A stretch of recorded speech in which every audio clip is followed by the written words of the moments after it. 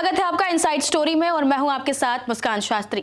बिहार की राजनीति के बारे में कुछ अच्छी कुछ बुरी बातें तो हमेशा से कही जाती हैं और हमेशा से चुनाव आते ही और ये बातें तेज हो जाती हैं। लेकिन सबसे खास और अहम बात जिसकी हम कर रहे हैं वो बिहार की राजनीति में महिला मतदाताओं की बात कर रहे हैं। हम महिला मतदाताओं की भूमिका जो है वो बड़ी अहम हो जाती है। ऐसा कहा जाता है कि बिहार में जो राजनीति है वो जातीय तरीके से देखी जाती है, जातियों पर आधारित होती है, पर इस सब से उठकर और इन सब से अलग अगर देखा जाए तो महिला मतदाताओं की भूमिका बड़ी अहम होती है। अब इसी क्रम में बिहार में 26 सितंबर को बड़ी दो ऐसी खबरें सामने आई हैं और बड़ी ऐसी दो जो इवेंट्स है वो होने वाले हैं। पहला इवेंट हम आपको बता दें कि प्रियंका गांधी अब चुनावी स्तर पर बिहार में उतर रही हैं, अपनी सभा करने वाली हैं, रैली करने वाली हैं वो, और महिलाओं के बीच जाकर महिला संवाद की नज़र से इसे बहुत अहम देखा जा रहा है। तो वहीं दूसरी तरफ एनडीए सरकार ने भी महिलाओं को लेकर एक बड़ी घोषणा कर दी है, महिला रोजगार योजना की घोषणा कर दी है नीतीश कुमार ने। तो ये सब ठीक चुनाव से पहले किया जा रहा है और नए नए वादे और नई नई जमीनी तरीके से इसको उठाने की, क्योंकि चुनाव करीब है तो कई तरह के वादे किए जा रहे हैं और कहा जाता है कि महिला वोट बहुत अहम है। तो आज चर्चा इसी पर होगी और हमारे साथ चर्चा के लिए मौजूद है हमारे सहयोगी डॉक्टर संजीव त्रिवेदी। बहुत स्वागत है आपका। सबसे पहले कुछ भी शुरू करने से पहले हम जानना चाहेंगे कि नीतीश कुमार ने ये घोषणा कर दी है 26 सितंबर को महिला रोजगार योजना की शुरुआत कर रहे हैं, वो घोषणा कर रहे हैं। पहले तो हम ये जानना चाहेंगे कि इसमें क्या होने वाला है महिला रोजगार योजना में। देखिए, देश में इस वक्त की जो राजनीति है उसमें एक बड़ी खास बात देखी जा रही है कि हर चुनाव से पहले महिलाओं के लिए खास तौर पर योजनाएं भारतीय जनता पार्टी की तरफ से चलाई जाती हैं और ये मानकर चला जाता है कि जो महिला वोट बैंक है उसको अगर हम योजनाएं देते हैं और उन योजनाओं में सीधे सीधे उन्हें उनके खाते में रुपए डालते हैं तो वो वोट हमारी तरफ आते हैं। महिलाओं का वोट बैंक जातीय आधार पर तय नहीं होता है। तो इस प्रयोग की शुरुआत मध्य प्रदेश में जब हुई थी तो योजना शिवराज सिंह चौहान उस वक्त मुख्यमंत्री थे और उन्होंने की थी और नाम रखा गया था उसका लाडली बहन योजना। और इसके तहत 1200 रुपये दिए जाते थे और सालों साल देखा ये गया कि शिवराज सिंह चौहान लगातार जीतते रहे। जीत की वजह क्या थी? लोगों ने अगर देखा कि जीत हो रही है तो पड़ताल की और पाया कि इस एक योजना की वजह से उन्हें तमाम महिलाओं के वोट मिलते थे। और वो इसलिए मिलते थे क्योंकि लोगों को लगता था कि अगर ये हट जाएंगे तो वो जो पैसे आ रहे हैं वो नहीं आएंगे। अब मान लीजिए 1200 रुपया किसी के लिए बहुत कम हो सकता है, पर जिनको मिलता है, लाभार्थी हैं, गांव में रहती हैं, उन्हें 1200 रुपये महत्वपूर्ण भी लगते हैं और उन्हें ये लगता था कि ये जो है ऐसे ही आ रहा है, महिलाओं के लिए आ रहा है, ये ख़त्म ना हो जाए, इसके लिए बहुत ज़रूरी है। 1 रुपये खर्च करने की भी ताकत अगर आती है तो वो ताकत होती है, 1200 रुपये आती है और समय समय पर उसको बढ़ाया जाने लगा। तो ये योजना लेकर के महाराष्ट्र गए, महाराष्ट्र में भी वादा किया, लाड़की बहन योजना वहाँ शुरू करी और लाड़की बहन योजना से वहाँ भी देखिए लोग कहते हैं कि जीत में बहुत बड़ी भूमिका निभाई थी इस योजना ने। इसी योजना को लेकर हरियाणा में लाडो बहन योजना शुरू की गई और लाडो बहन योजना शुरू करके वहाँ भी भारतीय जनता पार्टी को लाभ हुआ। तो तेजस्वी ने इस बात को, उनकी टीम ने शायद पकड़ा होगा, उन्होंने समय से बहुत पहले उन्होंने माँ बहन योजना बिहार में घोषित कर दी। माँ बहन योजना घोषित कर दिया और कह दिया कि 2500 रुपये हम हर माता बहन को दिया करेंगे जो लाभार्थी की श्रेणी में आती हैं, उन्हें मिलेगा। मतलब ये है कि अगर आप इनकम टैक्स पेई हैं तो आपको नहीं मिलेगा, सामान्य महिला हैं तो मिलेगा, होम मेकर हैं तो मिलेगा, तो आपकी आमदनी नहीं है तो मिलेगा।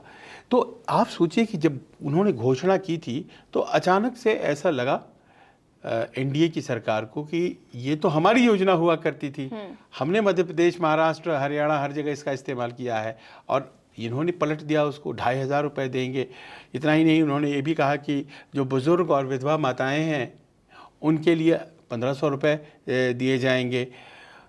ये तो ऐसा लगा जैसे कि महिलाओं को सीधे सीधे हिट कर रहा था कि इतनी मतलब इस तरह की कोई योजना नीतीश जी ने तो नहीं दी है। नीतीश जी ने महिलाओं को बहुत सी योजनाएं दी हैं, लेकिन जिसमें सीधे कैश चला जाता हो और वो भी 2500 रुपये, ऐसी तो कोई योजना ही नहीं थी बिहार में। तो फिर लोगों में चिंता हुई और फिर तब से कोशिशें जारी हैं कि सीधे सीधे महिलाओं के खाते में पैसे जाएं सरकार की तरफ से। इस तरह की योजना जो दूसरे राज्यों में चल रही हैं वो बिहार में भी चलनी चाहिए। अब वो जो स्कीम लेकर के आ रहे हैं, तो तेजस्वी क्या कह रहे हैं? तेजस्वी ये कह रहे हैं कि मुख्यमंत्री जी के पास अकल नहीं है और महिलाओं के पास हमारे समाज की बहुत अकल है।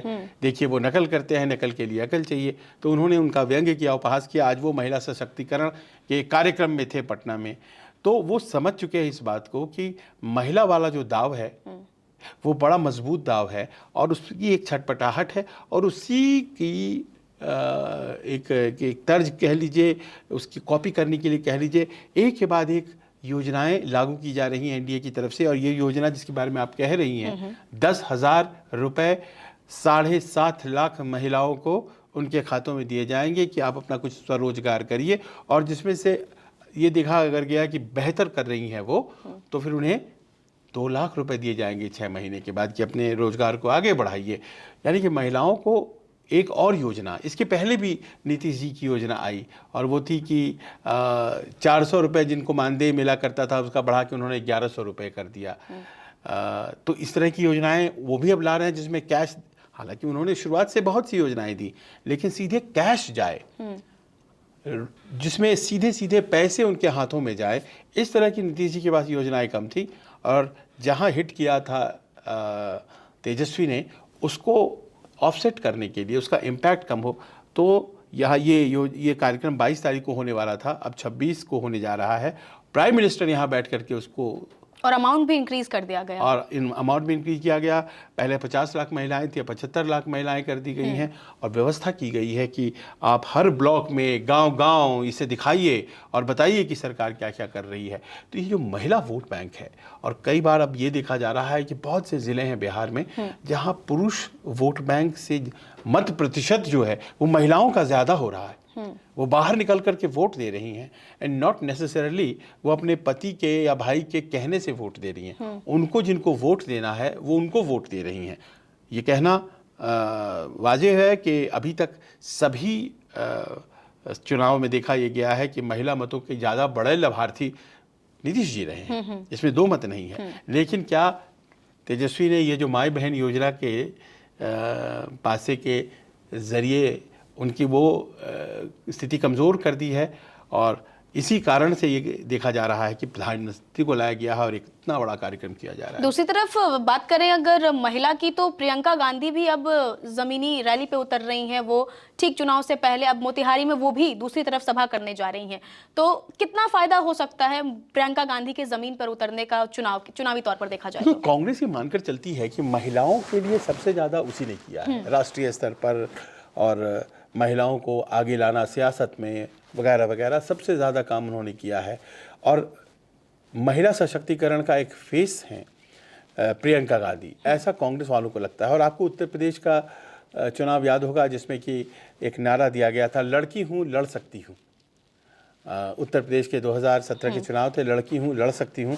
हालांकि उनको उस हिसाब से वोट नहीं मिले, पर ये नारा बड़ा पॉपुलर हुआ। तो प्रियंका गांधी को इस समर में उतार करके कोशिश ये की जा रही है कि वो जो तेजस्वी ने काम शुरू करा है उस काम को और ज़्यादा पुख्ता किया जाए। और आप ये देखिए कि अगर जाति व्यवस्था की बातें होती हैं और जातीय वोट बैंक की बातें होती हैं, तो महिला भी अपने आप में एक जाति समझ लीजिए, एक पहचान समझ लीजिए। महिला की बातों को समझेगी और फिर वो समान व्यवहार करेगी। वो भले ही ये जो पारंपरिक जातियां हैं उस हिसाब से वोट नहीं दे रही है, लेकिन महिला अपने बेनिफैक्टर्स को, उनको जो लाभ पहुंचाएगा उसके साथ वो जाएंगी। ये बड़ा एक सरल और स्वाभाविक विचार है और ये समझ करके महिलाओं के लिए भी किया जा रहा है और महिला नेताओं को आगे किया जा रहा है। ये बात अलग है कि छोटी कहानी उसमें है। मुस्कान के प्रियंका गांधी जब आ रही थी तो आपने सुना होगा कि पूर्णिया जाएंगी, ऐसी कहानी थी, जो कि पप्पू यादव का गृह क्षेत्र है, उनका अपना चुनाव क्षेत्र है। और अचानक से मोतिहारी का कार्यक्रम उनका बन गया है। वहाँ पर पप्पू यादव में पूर्णिया में और यहाँ मोतिहारी में अखिलेश सिंह, जो कि पूर्व कांग्रेस अध्यक्ष बिहार के, इन दोनों नेताओं के बीच टसल चला और कौन ले जाता है प्रियंका जी को कहाँ, तो पप्पू जी हार गए क्योंकि अभी वो फुली मेंबर नहीं है कांग्रेस के और अखिलेश प्रसाद सिंह जीत गए। तो ये लोकल राजनीति की कहानी है। लेकिन कल वो मोतिहारी में होंगी और उसके पहले पटना में कार्यक्रम करेंगी महिला पंचायत, और महिलाओं को ही बुलाया जाएगा, सेल्फ हेल्प ग्रुप से जुड़ी महिलाएं और तमाम महिलाएं, संवाद होगा, समस्याएं गिनाई जाएंगी, सुनी जाएंगी। तो आप सोचिए कि समानांतर 2 स्तरों पर महिलाओं के लिए कार्यक्रम होते रहेंगे। प्राइम मिनिस्टर और नीतीश जी 10,000 रुपये देने वाला कार्यक्रम करते रहेंगे, प्रियंका गांधी पहले पटना में और फिर मोतिहारी में महिला सशक्तिकरण के कार्यक्रम करती रहेंगी। एनडीए सरकार की तरफ से ठीक चुनाव से पहले ये महिला रोजगार योजना की घोषणा करना, मतलब ये कोई चुनावी स्टंट है या फिर सही समय पर किया गया वादा, इसको किस तरीके से देख सकते हैं? देखिए, कोई भी आपने कार्य किया है तो राजनीति में उस कार्य के भरोसे अब वोट नहीं मिलता है। इसीलिए बड़े बड़े नेता चुनाव हार भी जाते हैं। वो समझते हैं कि हमने तब ऐसा किया था। लेकिन क्या होता है कि लोग वोटर के रूप में बदलते रहते हैं। अब मिलेनियल वोटर्स हैं, वैसे वोटर भी हैं जो साल 2000 के बाद पैदा हुए हैं। जेन जी का ज़माना आ गया है। लिहाजा नीतीश जी जितने भी कार्य उन्होंने अभी तक किए हैं, अब उन कार्यों को की पुनरावृत्ति खोजता है बिहार। अब देखिए, वो 2005 में आए और 2006 से ही उन्होंने योजनाएं शुरू कर दी। 2006 में मुझे याद पड़ता है वो योजना उनकी आई थी जिसमें कि उन्होंने वो पंचायतों में रिजर्वेशन दे दिया था,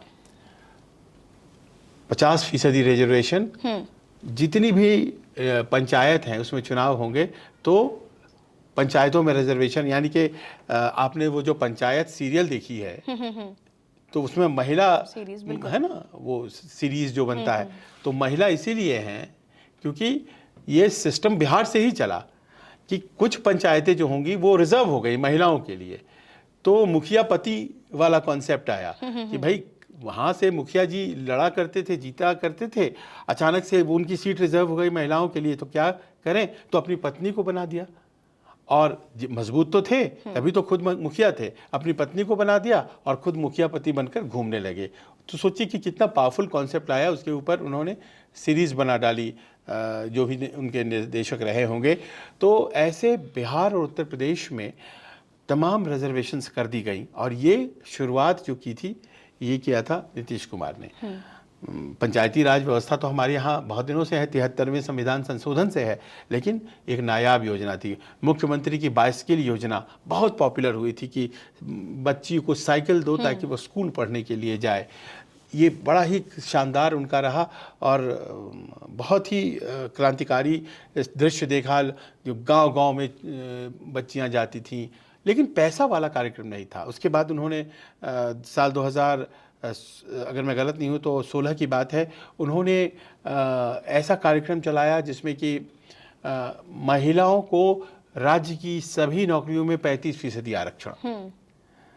ये कोई जाति का आरक्षण नहीं था, महिलाओं को ही उन्होंने एक जाति मान करके आरक्षण दे दिया। तो आप पाएंगी आज बिहार और उत्तर प्रदेश में ख़ास तौर पर यह आरक्षण, यूपी में भी कुछ हद तक है और बिहार में तो है ही, तो पाएंगी कि कम उम्र की स्कूल पास या कॉलेज में पढ़ने वाली वो जो हैं कोई कांस्टेबल बनी पड़ी हैं, कोई कहीं क्लार्क बनी पड़ी हैं, और इस तरह से उनको नौकरियां मिली बहुत आसानी, क्योंकि आरक्षण मिल गया उनको, सशक्तिकरण हुआ। तो इसका बड़ा फ़ायदा हुआ और वोट बैंक उनका एक बड़ा कमिटेड वोट बैंक है। एक तो अति पिछड़ा वाला वोट बैंक है। तो आपने कल देखा होगा राहुल गांधी ने अति पिछड़ा मैनिफेस्टो लाया और उस वोट बैंक को कैसे अपने में करना है उसकी वो कोशिश कर रहे थे। और अब देखिए कि ये महिलाओं के लिए कोशिशों में नीतीश कुमार जो करते रहे उसको काटने की कोशिश प्रियंका गांधी को भेज करके की जा रही है। प्रियंका गांधी की जो ये एंट्री है बिहार में, वो विपक्ष की तरफ से कहीं महिला वोटरों को टारगेट करने का मास्टर स्ट्रोक तो नहीं? मास्टर स्ट्रोक तो फिलहाल देखिए मैं नहीं कह पाऊंगा इसको, क्योंकि मास्टर स्ट्रोक तो ऐसा होता है कि सब कुछ पलट दे। तो ऐसा लगता है कि स्पर्धा हो जाएगी और ऐसी स्पर्धा जिसमें कि महिला वोट बैंक शायद खंडित हो जाए। लेकिन अभी भी ज़्यादा बड़ा वोट बैंक जो है ना, वो महिलाओं का नीतीश कुमार और भारतीय जनता पार्टी के साथ ही जाएगा, क्योंकि इन तमाम चीज़ों के अलावा महिला सुरक्षा को लेकर के जो काम किया गया है वो नीतीश की सरकार में आमतौर पे माना जाता है कि वो किया गया है। और आपने बहुत लोगों को सुना होगा ये बोलते हुए कि देखिए 10 बजे रात में महिला पटना की सड़कों पर घूम रही है। तो क्या ये बहुत असामान्य बात है? क्या दिल्ली में ऐसा नहीं होता है? क्या चेन्नई में, बेंगलोर में ऐसा नहीं होता है? जी, दिल्ली, चेन्नई और बेंगलोर में ही ऐसा होता है, मुंबई में ही ऐसा होता है, पटना में नहीं हुआ करता था। और इसको सुनिश्चित करने में नीतीश कुमार की एक भूमिका है। जब उन्होंने आते के साथ साल 2005 से 2010 के बीच में कानून व्यवस्था की स्थिति को सुधारा और बिहार में वो जो एक स्थिति थी 2005 के पहले वाली, उसको बेहतर किया। 2005 के पहले क्या एकदम जंगल राज था? अभी से स्थिति अलग थी वहाँ, ये बात हकीकत है। तो ये जो सुरक्षा वाला एंगल जो है ना, इस कारण से वोट मिलता है नीतीश कुमार को। क्या इस बार भी नीतीश कुमार की जो ये योजना है, महिला रोजगार योजना, प्रियंका गांधी और विपक्ष पर भारी पड़ेगी, उनके वोटों पर भारी पड़ेगी अगर महिलाओं की नज़र से देखा जाए तो? देखिए, प्रियंका गांधी और कांग्रेस के लिए और राहुल गांधी के लिए भी ये बात हकीकत है, उनका अभी तक डेडिकेटेड वोट बैंक नहीं बन पाया है बिहार में। प्रियंका गांधी हो, राहुल गांधी हो, ये एक ऐसे स्टार फिगर्स हैं कि जब वो पहुंचते हैं तो उनके साथ तादाद बहुत अपने आप हुजूम जुड़ जाता है। पर सब लोग जो उनके पास आते हैं वो उनके वोटर नहीं हैं। ये एक बहुत बड़ी समस्या है राजनीति में। जो रियल पॉलिटिक्स है उसमें तो डेडिकेटेड वोट बैंक की बात होती है। तो प्रियंका जाएंगी और बड़ा सफल कार्यक्रम भी करेंगी, इसमें कहीं कोई दो राय नहीं है। पर वो जो एक होता है ना डेडिकेटेड वोट बैंक, वो आएगा ही आएगा आपको वोट देने के लिए। आखिर क्या वजह है, आप सोचिए ना मुस्कान, क्यों नीतीश कुमार को साइडलाइन नहीं कर पाते हैं भाजपा वाले? वो इसलिए कि उनके पास वही डेडिकेटेड वोट बैंक है, महिलाओं का है, युवाओं का है। और ये जो डेडिकेटेड वोट बैंक है, इसको काटने की कोशिश तेजस्वी भी कर रहे हैं और राहुल भी कर रहे हैं। और इसीलिए हर चुनाव में ये वोट लगातार नीतीश कुमार के पास आते रहे। नीतीश कुमार की अपनी जाति के वोट तो 2-2.5% ही हैं, तो अपनी जाति से तो वो जीतते नहीं है। लेकिन उन्होंने गोलबंदी की है वोटों की, महिलाओं में, युवाओं में, अपनी जाति में और सवर्णों के वोट, कुछ इस तरह से उन्होंने एक गोलबंद बनाया है। उसका ही असर है। अब वो बार तिलस्म जो अगर उसे कहें हम, तो वो टूट पाता है या नहीं टूटेगा, ये वक्त बताएगा, क्योंकि प्रयास बहुत इस बार हो रहे हैं। अगर कांग्रेस की ये महिला संवाद जो यात्रा है प्रियंका गांधी की, वो सफल हो जाती है, तो क्या जेडीयू और आरजेडी के महिला वोटर्स को डाइवर्ट कर सकती है? डाइवर्ट करने की ताकत तो रखती है, पर जैसे कि आप देखिए ना, कोई मुझे कुछ दे रहा है, कम ही सही, पर मुझे कुछ दे रहा है और कंसिस्टेंटली मिल रहा है, और कोई कहता है कि मैं जब आऊँगा तो दूंगा, तो वो होता है ना कि 1 bird in hand is better than 2 in the bush। तो हाथ में अगर मेरे कुछ है तो फिर हम उसे पकड़ कर रखें। तो ये शायद एक अड़चन आए, क्योंकि तेजस्वी के वादे बहुत अच्छे हैं, नो डाउट अबाउट दैट। 2,500 देना आसान नहीं है। बिल्कुल। बिहार की आबादी, उसमें महिलाओं की जो आबादी है, आप सोचिए, वो अभी हम लोगों ने देखा ना कि वोटर्स जो हैं वो कितने हैं, करीब 9 करोड़ वोटर्स हैं, 4.5 करोड़ के आसपास महिला वोटर हैं। आप सोचिए कितने लोगों को दे पाएंगे 2,500 रुपए। सरकारें हिल जा रही हैं, लेकिन विपक्ष में रहकर क्या प्रॉमिस कर सकते हैं? बिल्कुल। सत्ता पक्ष में आपने देखा होगा 200 यूनिट तेजस्वी ने कह दिया है, सरकार वाले 125 ही दे पाए, क्योंकि उन्हें लग रहा है कि इकोनॉमिक्स मैच नहीं कर पाएगा, सरकार हिलने लग जाएगी। वो जन स्वराज वाले 2,500 नहीं, उन्होंने कैलकुलेशन किया, उनको लगा कि ज़्यादा हो जाएगा, उन्होंने 2,000 रुपये कहा है, उन्होंने भी कहा है। तो हर पार्टी उनको वोट बैंक मानती है, और वोट बैंक मान करके उनके वोट लेने के लिए उनके महिलाओं के लिए योजनाएं प्रॉमिस करती है।